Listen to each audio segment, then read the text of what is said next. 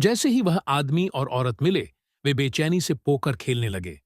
इस समय वे पसीने से तरबतर थे। महिला का पति दरवाजे के बाहर खड़ा था, चुपचाप सब कुछ देख रहा था। अपने वैध बेटे को दूसरे आदमी से जमकर लड़ते हुए देख रहा था। लाओ वांग इतना गुस्से में था कि वह नीचे बैठ गया और कांपने लगा। जब वह हथौड़ा उठाकर व्यभिचारी से मौत से लड़ने वाला था, तो अचानक दरवाजे की घंटी बजी। यह सास थी जो आई थी। जैसे ही वह दरवाजे में दाखिल हुआ, उसने देखा कि वह आदमी जो उसकी बेटी से लड़ रहा था, भाग रहा है। उसने अपनी बेटी को देशद्रोही होने के लिए डांटा और पूछा कि वह ओल्ड वांग के योग्य कैसे हो सकती है। हालांकि उसकी बेटी ने अपनी मां की बातों को नजरअंदाज कर दिया और उन्हें बिल्कुल भी दिल पर नहीं लिया। इस तरफ लाओ वांग, जो पीछे के दरवाजे से निकल गया था, उस आदमी का पीछा करते हुए गाड़ी चला रहा था जिसके साथ उसकी पत्नी गुप्त रूप से यात्रा कर रही थी। बस से उतरकर छोटा भाई लिफ्ट में घुसा। वह आदमी लाओ वांग को नहीं जानते थे।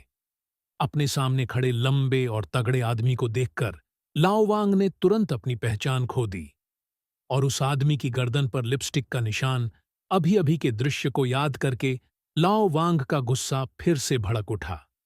जब उसने हथौड़ा निकाला और ऐसा करने वाला था, तो लिफ्ट का दरवाजा खुल गया और वह आदमी लिफ्ट से उतर गया। लाओ वांग ने फिर फ्रंट डेस्क से पूछा और पता चला कि जिस आदमी के साथ उसकी पत्नी ने धोखा किया था, उसका नाम द जुआंग था और वह एक जिम मैनेजर था। एक सज्जन व्यक्ति के लिए बदला लेने में कभी देर नहीं होती। हालांकि लाओ वांग बूढ़ा है, उसके पास एक सफल करियर और एक समृद्ध जीवन है और उसने अपना खुद का प्लास्टिक सर्जरी अस्पताल खोला है। पता चला कि कुछ ही दिन पहले लाओ वांग को जीवन में विजेता माना जाता था। वह एक लग्जरी कार चलाता था, एक विला में रहता था और उसकी एक युवा और सुंदर पत्नी थी।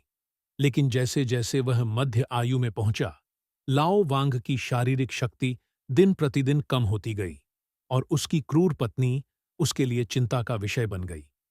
इस दिन पत्नी ने धीरे से लाओ वांग को हमेशा की तरह काम पर जाने में मदद की, लेकिन लाओ वांग ने लंबे समय से देखा था कि उसकी पत्नी हाल ही में असामान्य रूप से काम कर रही थी।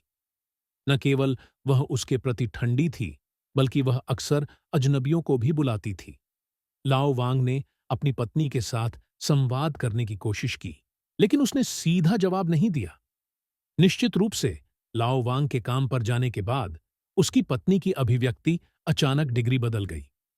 उसकी पिछली सौम्यता और सदाचार सभी भेस थे।